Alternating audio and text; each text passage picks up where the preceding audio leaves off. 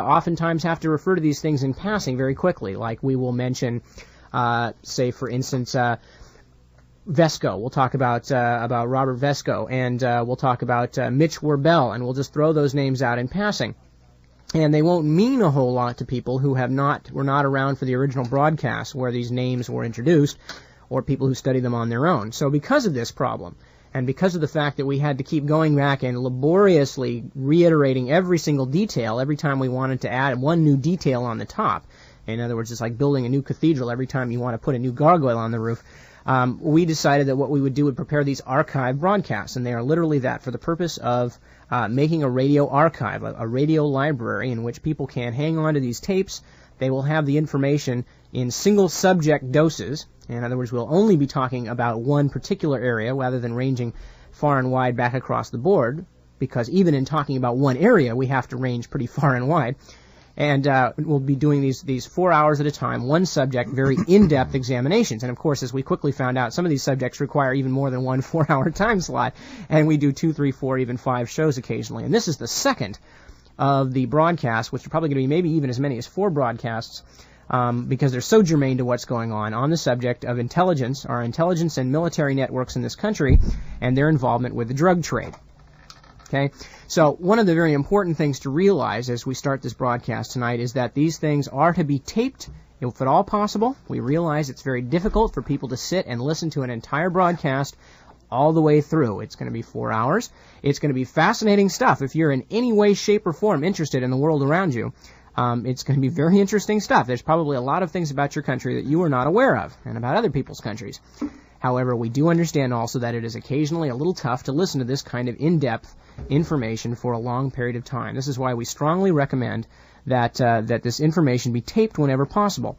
However, there are also available for people who do not have access to tape players. There are also there's a tape service that we utilize that does make tapes of these broadcasts, and we will give you the address later in the broadcast where you can contact these people to get copies of these tapes of these archive shows if you cannot tape them yourself. But again, if you haven't tuned in before, we strongly urge you to batten down the hatches and stay with us for a while and see if you have ever heard anything like this on your radio station. Okay, now again, our programs are intended for use as audio reference works. There's never been a better time, as Nip indicated, to get into this kind of material. It would be, it would be more difficult to fully appreciate the broadcast we're going to be doing this evening without discussing some, at least to a certain extent, reviewing some of the major points that we covered in the first broadcast on the subject of the interrelationship between our intelligence system and the narcotics traffic. In our first broadcast, what we basically looked at was how the main elements of the international heroin trade following World War II grew directly out of the Central Intelligence Agency's Cold War policy, or really America's Cold War policy as expressed through the actions of the Central Intelligence Agency. Specifically in this regard, what we looked at in the first broadcast was the development of the French Connection and the development of the Golden Triangle in Southeast Asia. In each case, both of those major elements, and those are perhaps two of the 3 most important connections with regard to the post-war heroin trade, the other being the so-called Golden Crescent area of Southwest Asia, the Golden Triangle being in Southeast Asia, the French Connection being essentially the cooperative interrelationship between Turkish opium growers, the mafia, the Onorata Società of Sicily, and Union Chorus of Corsica. We covered the growth of the French Connection and the growth of the Golden Triangle, both stemming directly from relationships formed by the U.S. intelligence apparatus during the war, World War II, that is, which then extended into the Cold War period. Specifically, we took a look at how during World War II, the United States began working actively with the mafia in this country in 2 basic capacities.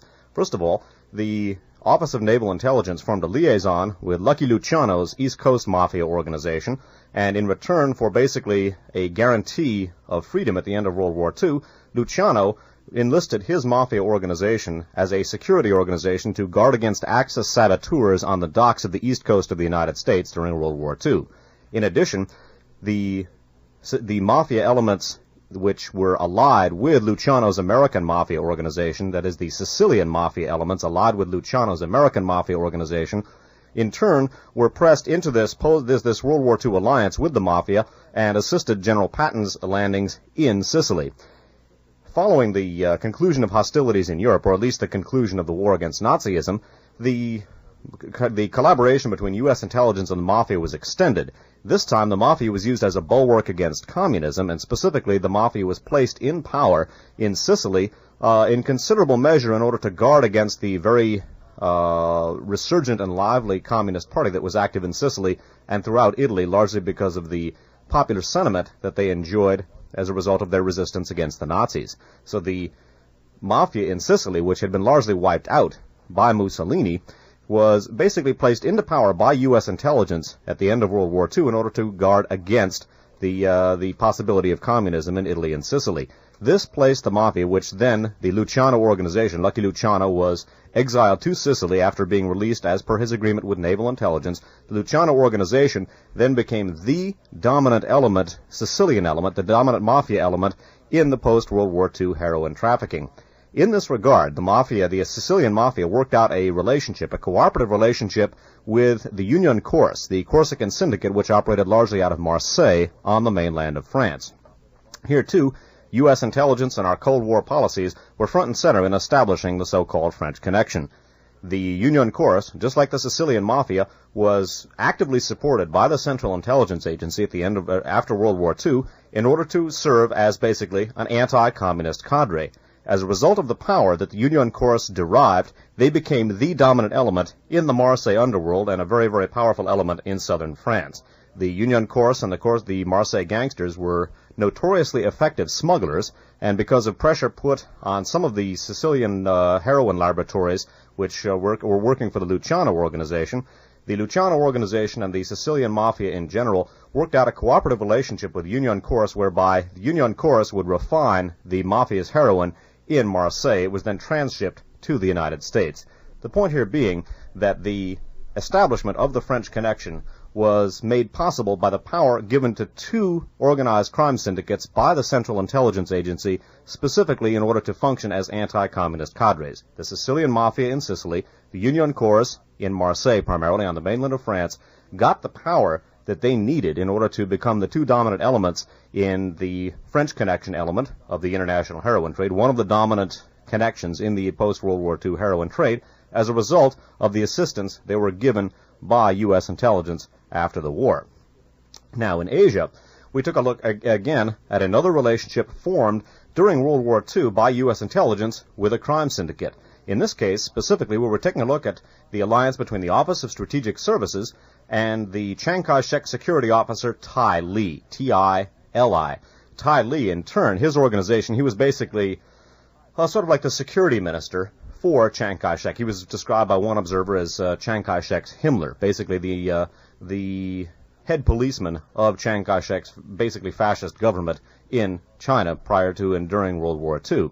Now, Ty Lee, in turn, made liberal use that his organization, the core of his organization, his security organization, was comprised of the Green Gang out of Shanghai, which was headed by a fellow named Tu Yue Sheng. The Green Gang was basically an organization which financed itself through the manipulation of the international opium trade. They were opium traffickers. They, in turn, became, under Ty Lee, the bulk of Chiang Kai-shek's security apparatus. During World War II, U.S. intelligence actively cooperated with the Ty Lee organization. Then, as the relationship between the nationalist Chinese elements and the U.S. national security establishment was extended into the post-World War II period, U.S. intelligence continued to cooperate with the dope-dealing elements of Chiang Kai-shek's organization, and CIA support for the residual Kuomintang elements in Southeast Asia after the fall of nationalist China, after Mao Zedong took control of the mainland of China. The CIA, in order to, again, combat communism, gave heavy support to the Kuomintang armies which had fled China for Southeast Asia. As we saw in Europe, the material assistance given to these Kuomintang elements permitted them to not only control, but to develop, far beyond what had originally been, the Golden Triangle heroin traffic in Southeast Asia. This was basically the heroin which the U.S. came across during the course of our expeditionary for our invasion of South Vietnam, or during the Vietnam War. Following that, and this will take us right up to the point we're at, where we will be beginning this broadcast, we took a look at how the French, during their phase of the Indochina War, had used the opium traffic and the profits derived thereby to put together basically a security force to finance an irregular army comprised of various ethnic tribal groups, which were in Southeast Asia, in Vietnam. Many of these groups, particularly the Hmong or Mao tribesmen in Laos, financed their activities. Their major cash crop was the opium poppy. The French facilitated the traffic of some of these indigenous groups and used the profits thereby to sustain an irregular army comprised of the Hmong and other tribal groups during the French phase of the Indochina War. This policy, to a considerable extent, was revived by the U.S. when we moved into the Indochina War. We took a look at how Nguyen Cao Ky, head of the Vietnamese Air Force and the vice president of the now-defunct South Vietnamese Republic, cooperated with a fellow named General Loan, L-O-A-N, and the two of them financed revived the security apparatus of Nguyen Van Thieu, which, again, was largely dependent on profits derived from the very lucrative opium trade in Saigon.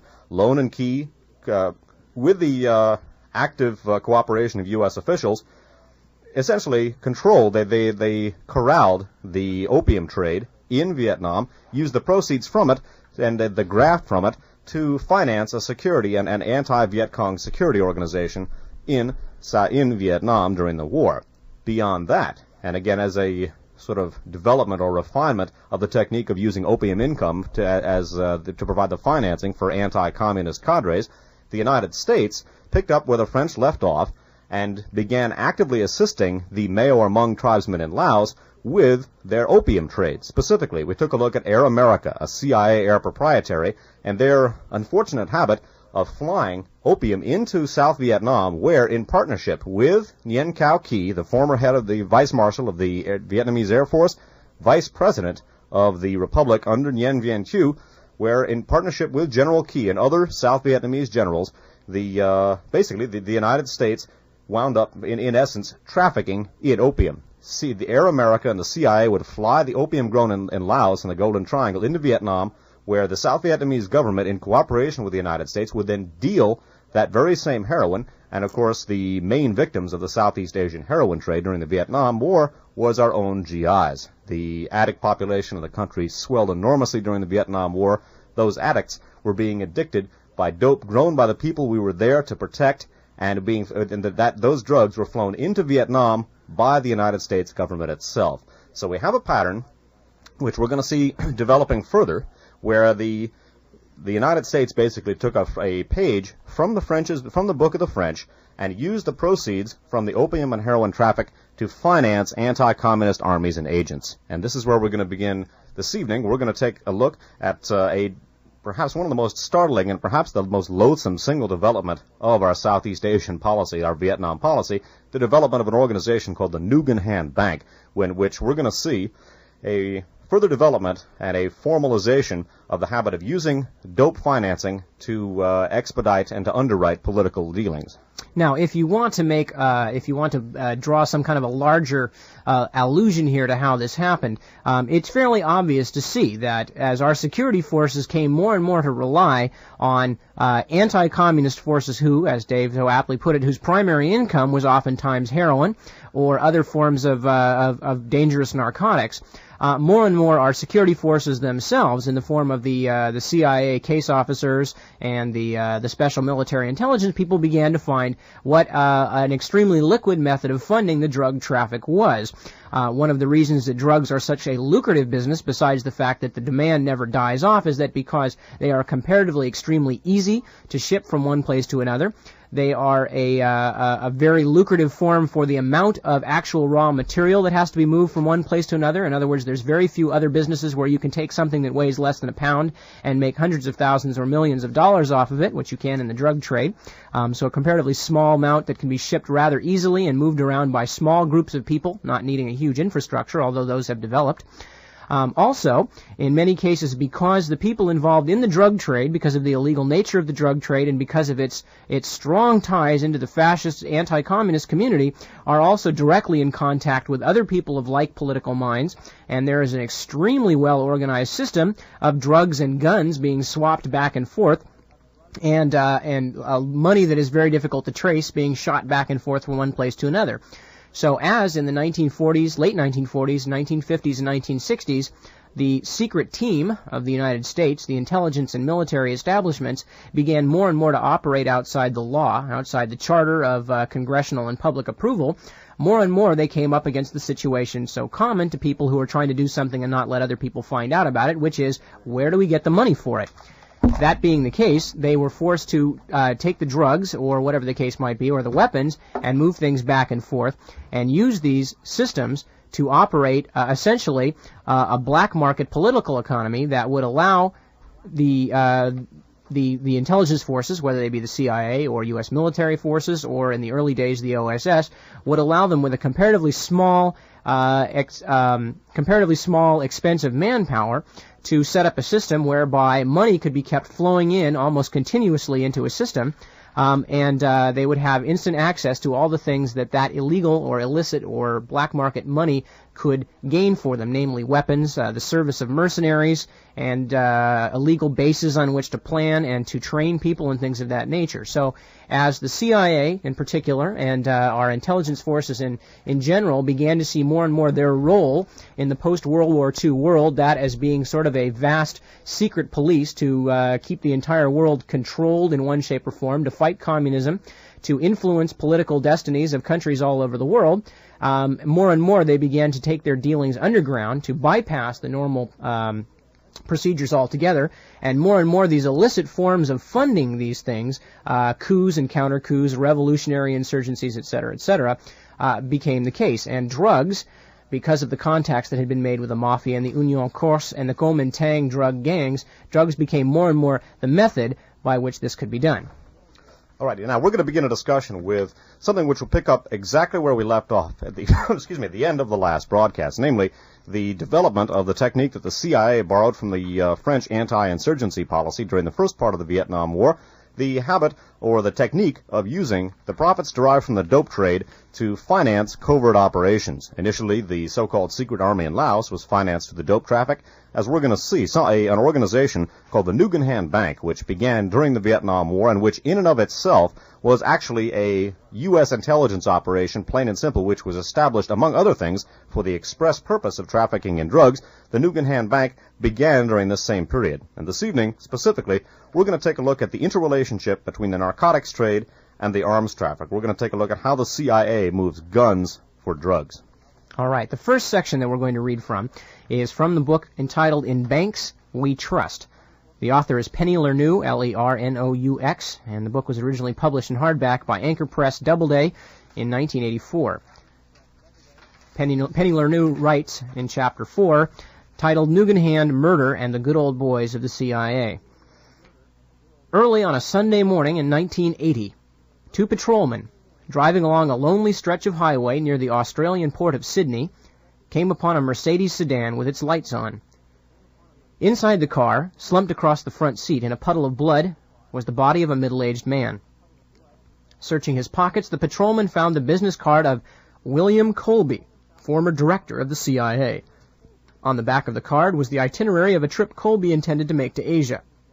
Beside the body were a new rifle and a Bible with a meat pie wrapper as a placemark. On the wrapper were scrawled the names of Colby and Congressman Bob Wilson of California, then the ranking Republican on the House Armed Services Committee. The dead man turned out to be a Sydney merchant banker named Frank Nugan, spelled N-U-G-A-N, co-owner of the Nugan-Hand Bank, and Hand, H-A-N-D. His apparent suicide set off an international scandal involving heroin and arms traffickers, the CIA, and enough high-ranking U.S. military officers to launch a small war. The Nugan-Hand saga is revealing as much for what it says about banks as about the CIA. For the bank was the fulcrum of a multitude of illegal and lucrative activities, from heroin running to investment swindles, as well as paymaster for CIA covert actions against Australia's Labour Party. Skipping down. Frank Nugan was a fast learner. A thick-set man with a flair for self-promotion, Nugan had an ingratiating manner that could, quote, charm the pants off anybody, as one colleague recalled. The son of a Spanish migrant who had done well in the food packing business, Nugan took a law degree at the University of California and returned to Sydney, ambitious for the open combat of the business world. The young Australian was a natural partner for Michael Hand, a tough-talking Green Beret with the Special Forces in Vietnam, who visited Australia when it was a rest and recreation center for American troops. Hand left Vietnam in 1968 to settle in Sydney, where he joined forces with Nugan to promote Australian tourism, mining, and real estate through an outfit called Australasian and Pacific Holdings Limited. The company may well have been a CIA front, since 4 of the original shareholders listed Air America, the CIA airline, as their address, and 2 other investors were from a CIA-related institution. In 1973, the pair formed the Nugan-Hand Bank. It attracted depositors with offers of private banking services, the highest interest rates in the region, tax-free deposits, and complete secrecy. Within 6 years, it had 22 branches around the world. But Nugan-Hand's biggest business came from laundering money for Asian and Australian heroin dealers.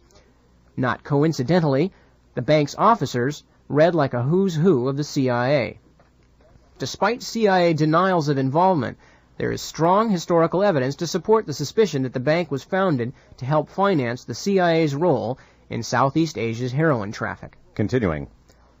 As noted by scholar Alfred W. McCoy in The Politics of Heroin in Southeast Asia, after World War II, Washington believed that the United States was the rightful heir to Europe's Asian colonial empires. To legitimize their foreign adventures, America's Cold Warriors embraced a militant ideology that regarded all Asian nationalist struggles as pawns of international communism, unquote. The CIA became the vanguard of the anti-communist crusade. Any ally was welcome and any means justified. During the early 1950s, for example, the CIA backed the formation in Burma of a guerrilla army of nationalist Chinese who were responsible for almost a third of the world's illicit opium supply. In Laos, the CIA created a Mao mercenary army whose commander manufactured heroin for sale to American GIs in South Vietnam. And in late 1969, new heroin laboratories sprang up in the Golden Triangle, where Burma, Thailand, and Laos converge. The State Department, wrote McCoy, provides unconditional support for corrupt governments openly engaged in the drug traffic, unquote. In view of such activities, a drug bank set up by the CIA has a certain logic, particularly since a bank was obviously necessary to recycle the huge sums of money involved in the heroin traffic.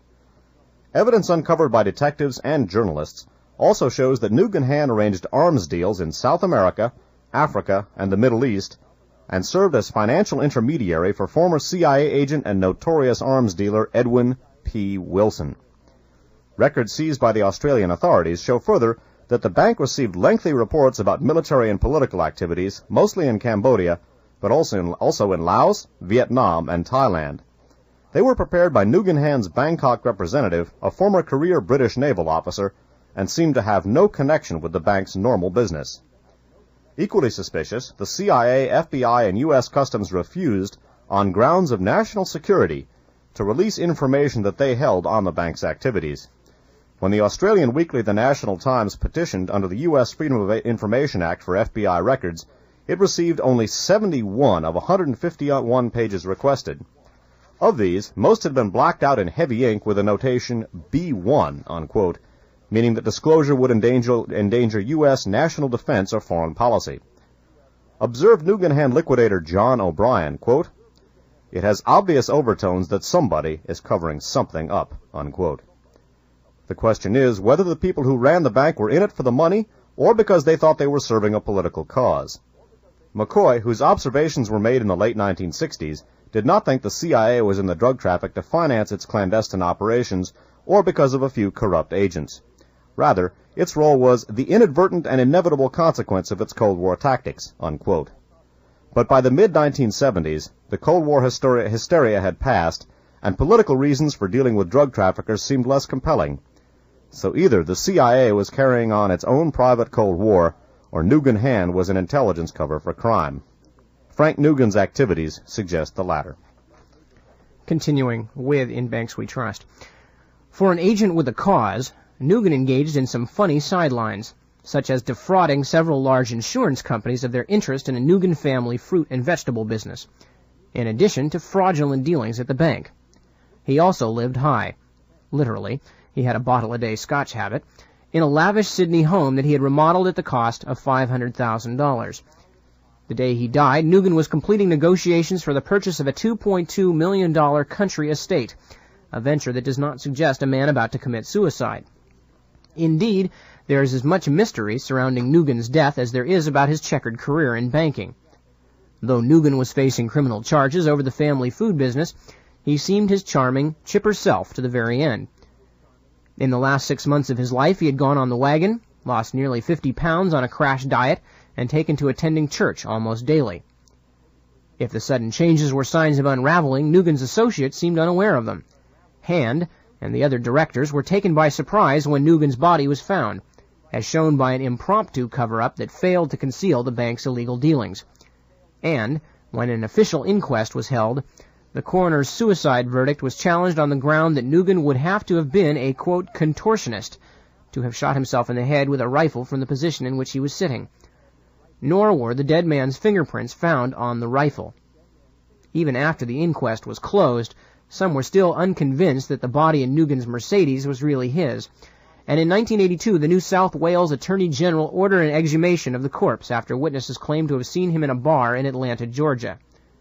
The remains were positively identified as Nugan's by means of teeth and a webbed foot. Much of the evidence detailing Nugan's operations was destroyed by Nugan's partner, Green Beret Michael Hand, who had often boasted of working for the CIA. When he learned of Nugan's death, Hand rushed back to Sydney from a business trip in London. He was joined by the bank's president, Earl P. Buddy Yates, retired Rear Admiral and former Chief of Staff for Strategic Planning with U.S. forces in Asia and the Pacific. Hand and Yates called the bank's other directors to an emergency meeting at the bank. Among those present was Bernie Houghton, Houghton, a former undercover agent who had worked with U.S. naval intelligence in the Pacific and was the bank's Saudi Arabian representative. According to Stephen K. A. Hill, one of the directors present at the meeting, the group shredded enough records to fill a small room. What they could not destroy, they packed in cartons and carried that night to the back room of a butcher shop owned by a former Army sergeant in Vietnam who was an associate of Houghton. Hill said that Houghton brought along his lawyer, Michael Maloney, to oversee the ransacking, and that Maloney warned them, quote, "I am fully aware of what has been going on. You all face jail terms of up to 16 years. Hand then broke in to say if the Maloney's orders were not obeyed, quote, terrible things would happen. Quote, your wives will be cut up and returned to you in bits and pieces, unquote. Continuing.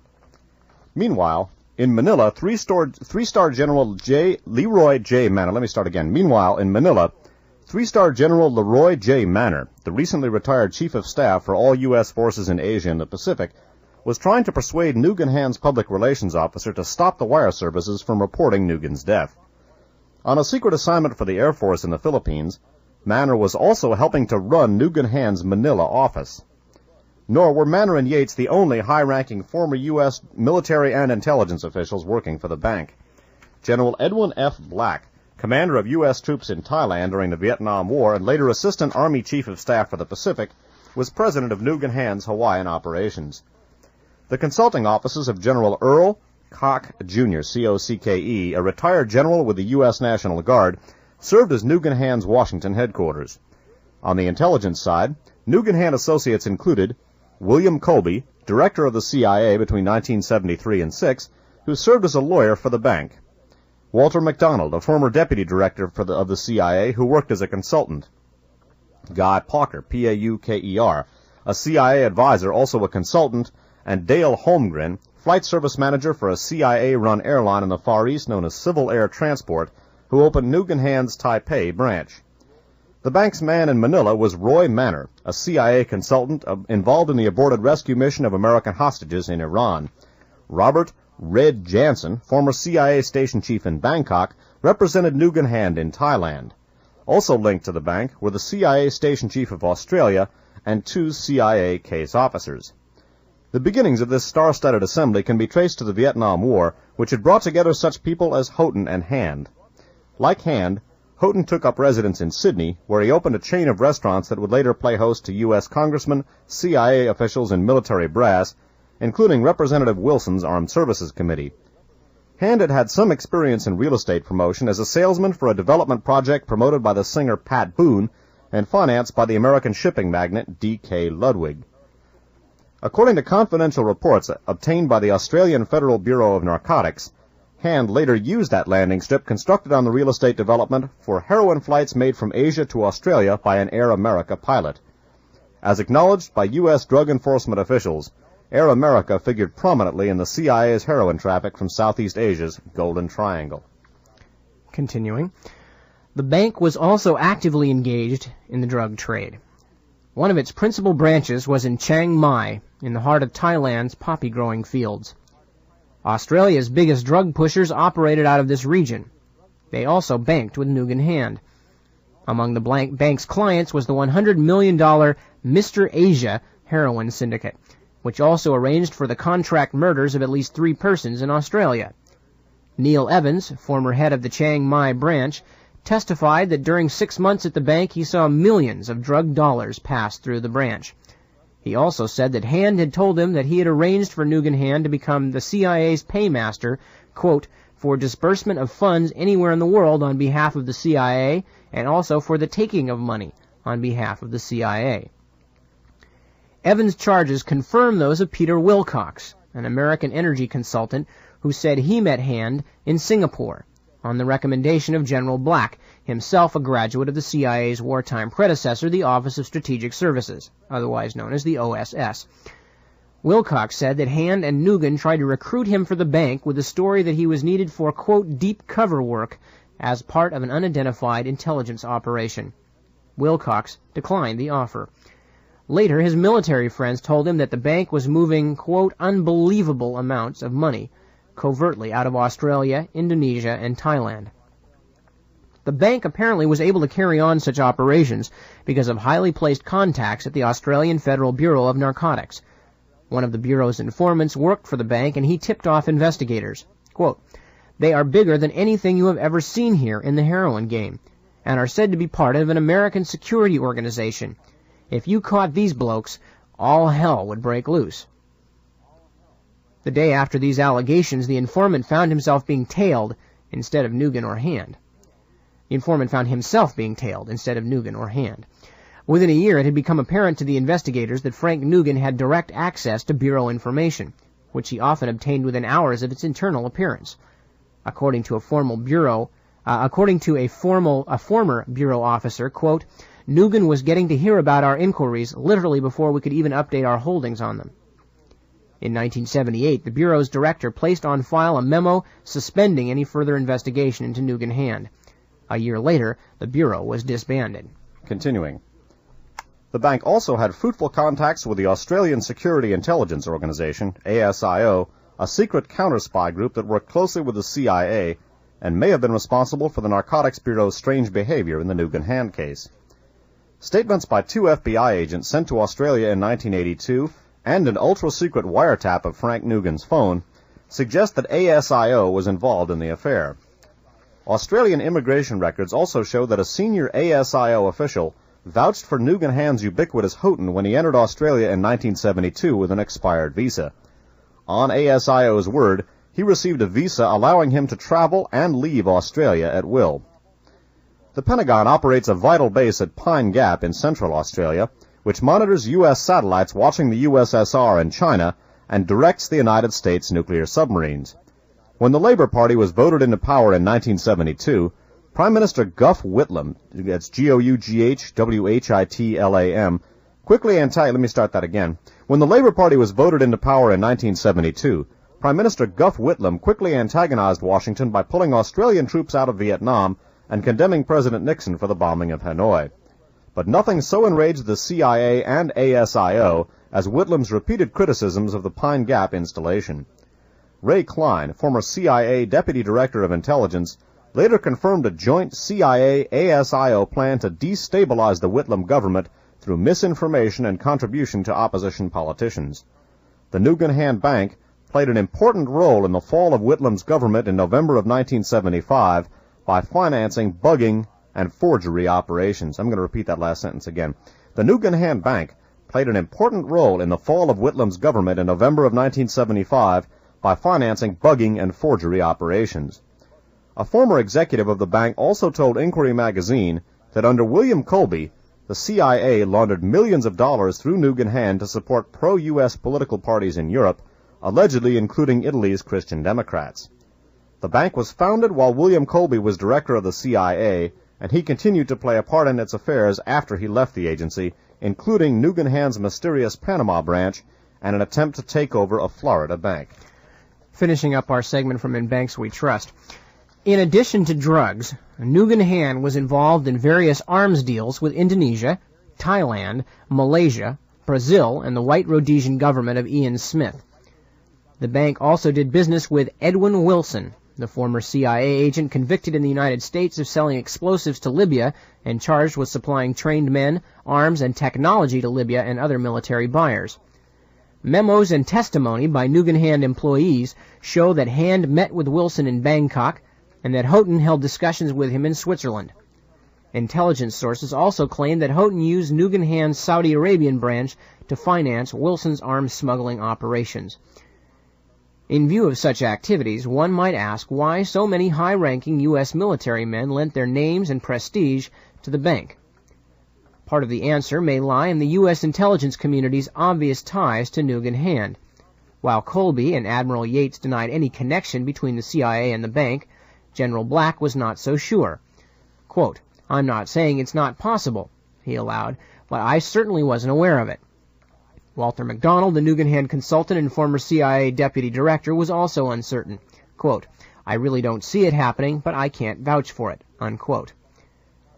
Technically, they may have been correct, since the bank apparently was originally part of a deep-cover intelligence operation known as Task Force 157, which worked with the CIA but was controlled by the U.S. Office of Naval Intelligence and was directly responsible to strong-willed Secretary of State Henry Kissinger. The task force gained notoriety when 21 of its former agents took the Navy to court to demand civil service benefits after the group was abruptly disbanded in 1977 because of some unknown internal scandal. Ed Wilson had a desk and his own staff at the task force's Washington headquarters and is credited with supplying the operation's front name, Pierce Morgan. Informed sources said that Task Force 157 used the Nugan-Hand Bank for covert naval intelligence money, just as the CIA used it to undermine Australia's Labour government. According to the National Times of Australia, General Black figured prominently in the bank's operations, having previously been, quote, "in charge of various paramilitary operations in Asia involving a number of unorthodox financing arrangements," unquote. Well, the history of the Nugan-Hand Bank, as we have all seen, is a history of unorthodox financing arrangements, and the history of the CIA's involvement of the drug trade could be rather simply summed up that same way, and rather unorthodox set of financing arrangements. Before we go back into this in depth, for those of you, again, who are just tuning in and have not heard of Radio Free America before and are curious as to why exactly we're talking about these kinds of things, well, the interest or the self-interest of anybody in what their government is doing is obvious, but even more so with Irangate and Contragate going on, because as we read on one of our regular broadcasts during the week, there are allegations in the committee of Senator John Kerry of Massachusetts that the Contras were using some of the money given to them by the Reagan administration to ship upwards of a ton a week of cocaine into this country. As you will recall earlier in this article from In Banks We Trust, we were reading about one of the things that Penny Lareau was talking about was the fact that the CIA has put together over the years a set of arrangements with these mercenary right-wing groups, anti-communist groups, and has literally funded their activities by allowing them to sell drugs unhindered to the American people. And it's entirely possible, as a matter of fact, it's more than entirely possible, it's damned likely that that's exactly what's going on with the Contras, as we have seen, and we will talk about later. This coming Sunday, by the way, for those people who are in a position to hear this live, be tuned in, and during what is normally a phone-in talk show, we're going to be reading for 3 hours and do kind of a mini archive show about Contragate and its intersection with the national security establishment's arms and drugs traffic.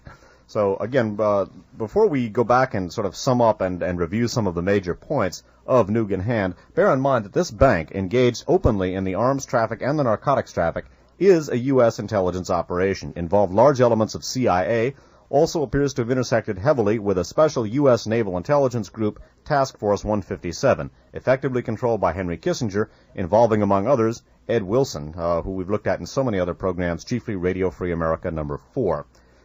I'd like to read a story by way of reviewing the cast of characters here for the Nugan-Hand Bank. Here are some of the people, again, although the names were mentioned in Penny Lanew's section from In Banks We Trust, I'm going to review some of the names again that figure prominently in the Nugan-Hand story. This is from an article in the Wall Street Journal of August 24th, 1982. This is put together by a Wall Street Journal staff reporter. It's headlined, Admirals and Generals and ex-CIA men took prominent roles in Nugan-Hand Bank at State Line, Sydney, Australia. Enough top-ranking U.S. military and intelligence officers worked for Nugan-Hand to run a small-sized war. The list includes Admiral Earl Buddy Yates, a 1943 graduate of the U.S. Naval Academy, Legion of Honor winner in Vietnam, and commander of the aircraft carrier USS John F. Kennedy. Then he was the Chief of Staff for Plans and Policy of the U.S. Pacific Command, in charge of all strategic planning from California to the Persian Gulf until his retirement in July of 1974. He became the president of Nugan-Hand Bank early in 1977, recruited by Maurice Bernard Houghton, who apparently is an old friend. General Leroy J. Manor, M-A-N-O-R, the Chief of Staff for the entire Pacific Command until he retired in July of 1978 to undertake new duties that the Air Force says are so secret that it can't talk about them. These duties are generally known to have included negotiating the 1979 agreement with the Philippine government for continuance of the U.S. military bases there, which General Manor used to command, and investigating the failed hostage rescue raid in Iran in 1980, an assignment that apparently stemmed from his having designed and commanded the 1970 raid on a North Vietnamese prison camp that failed to find any U.S. prisoners. A much-decorated Air Force three-star general, he also had been the special assistant to the Joint Chiefs of Staff at the Pentagon for counterinsurgency and special activities, unquote.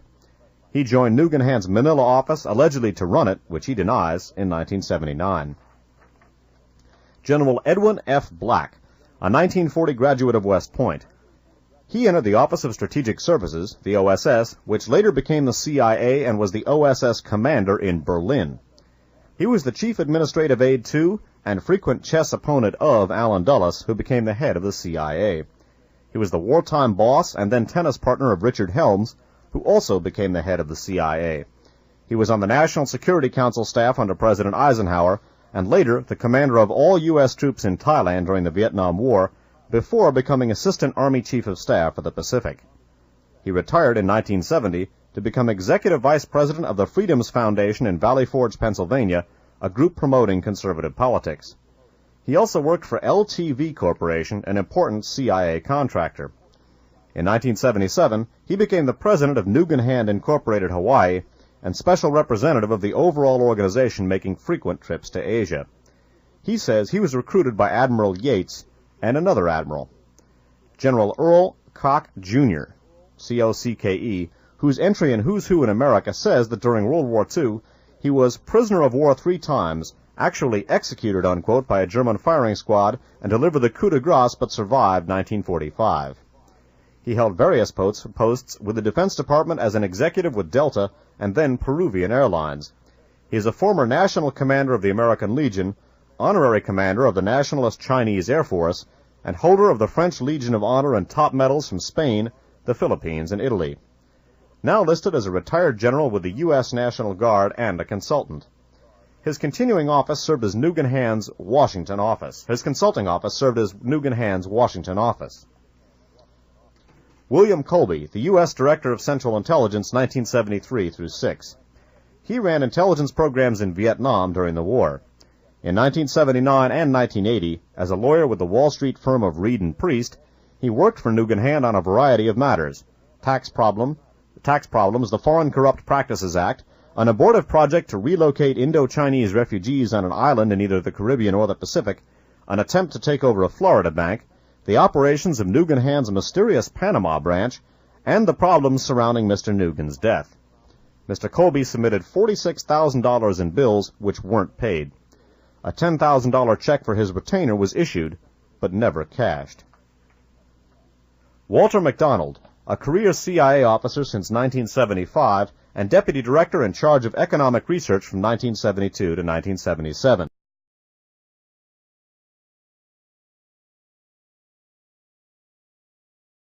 oftentimes have to refer to these things in passing very quickly, like we will mention, say, for instance, Vesco. We'll talk about Robert Vesco, and we'll talk about Mitch Werbel, and we'll just throw those names out in passing. And they won't mean a whole lot to people who were not around for the original broadcast where these names were introduced, or people who study them on their own. So because of this problem, and because of the fact that we had to keep going back and laboriously reiterating every single detail every time we wanted to add one new detail on the top, in other words, it's like building a new cathedral every time you want to put a new gargoyle on the roof, we decided that what we would do would prepare these archive broadcasts, and they are literally that, for the purpose of making a radio archive, a radio library in which people can hang on to these tapes. They will have the information in single subject doses. In other words, we'll only be talking about one particular area rather than ranging far and wide back across the board, because even in talking about one area, we have to range pretty far and wide. And we'll be doing these 4 hours at a time, one subject, very in-depth examinations. And, of course, as we quickly found out, some of these subjects require even more than one 4-hour time slot, and we do 2, 3, 4, even 5 shows occasionally. And this is the second of the broadcasts, which are probably going to be maybe even as many as 4 broadcasts, because they're so germane to what's the growth of the Golden Triangle, both stemming directly from relationships formed by the U.S. intelligence apparatus during the war, that World War II, that is, which then extended into the Cold War period. Specifically, we took a look at how during World War II, the United States began working actively with the mafia in this country in 2 basic capacities. First of all, the Office of Naval Intelligence formed a liaison with Lucky Luciano's East Coast Mafia organization, and in return for basically a guarantee of freedom at the end of World War II, Luciano enlisted his mafia organization as a security organization to guard against Axis saboteurs on the docks of the east coast of the United States during World War II. In addition, the mafia elements which were allied with Luciano's American mafia organization, that is, the Sicilian mafia elements allied with Luciano's American mafia organization, in turn were pressed into this World War II alliance with the mafia and assisted General Patton's landings in Sicily. Following the conclusion of hostilities in Europe, or at least the conclusion of the war against Nazism, the collaboration between U.S. intelligence and the mafia was extended. This time, the mafia was used as a bulwark against communism, and specifically, the mafia was placed in power in Sicily in considerable measure in order to guard against the very resurgent and lively Communist Party that was active in Sicily and throughout Italy, largely because of the popular sentiment that they enjoyed as a result of their resistance against the Nazis. So the mafia in Sicily, which had been largely wiped out by Mussolini, was basically placed into power by U.S. intelligence at the end of World War II in order to guard against the possibility of communism in Italy and Sicily.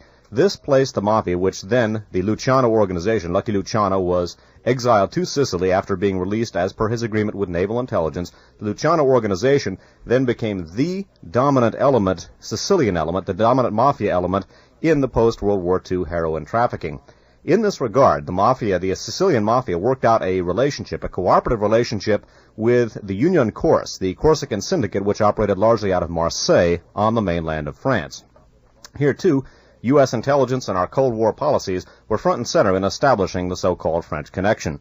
The Union Corse, just like the Sicilian Mafia, was actively supported by the Central Intelligence Agency at the end of after World War II in order to serve as basically an anti-communist cadre. As a result of the power that the Union Corse derived, they became the dominant element in the Marseille underworld and a very, very powerful element in southern France. Going on the subject of intelligence, our intelligence and military networks in this country, and their involvement with the drug trade. Okay, so one of the very important things to realize as we start this broadcast tonight is that these things are to be taped, if at all possible. We realize it's very difficult for people to sit and listen to an entire broadcast all the way through. It's going to be 4 hours. It's going to be fascinating stuff. If you're in any way, shape, or form interested in the world around you, it's going to be very interesting stuff. There's probably a lot of things about your country that you are not aware of, and about other people's countries. However, we do understand also that it is occasionally a little tough to listen to this kind of in-depth information for a long period of time. This is why we strongly recommend that this information be taped whenever possible. However, there are also available for people who do not have access to tape players. There are also there's a tape service that we utilize that does make tapes of these broadcasts, and we will give you the address later in the broadcast where you can contact these people to get copies of these tapes, of these archived shows, if you cannot tape them yourself. But again, if you haven't tuned in before, we strongly urge you to batten down the hatches and stay with us for a while and see if you have ever heard anything like this on your radio station. Okay, now, again, our programs are intended for use as audio reference works. There's never been a better time, as Nip indicated, to get into this kind of material. It would be, it would be more difficult to fully appreciate the broadcast we're going to be doing this evening without discussing some, at least to a certain extent, reviewing some of the major points that we covered in the first broadcast on the subject of the interrelationship between our intelligence system and the narcotics traffic. In our first broadcast, what we basically looked at was how the main elements of the international heroin trade following World War II grew directly out of the Central Intelligence Agency's Cold War policy, or really America's Cold War policy as expressed through the actions of the Central Intelligence Agency. Specifically in this regard, what we looked at in the first broadcast was the development of the French Connection and the development of the Golden Triangle in Southeast Asia. In each case, both of those major elements, and those are perhaps two of the three most important connections with regard to the post-war heroin trade, the other being the so-called Golden Crescent area of Southwest Asia, the Golden Triangle being in Southeast Asia, the French Connection being essentially the cooperative interrelationship between Turkish opium growers, the mafia, the Onorata Società of Sicily, and Union Chorus of Corsica. We covered the growth of the French Connection and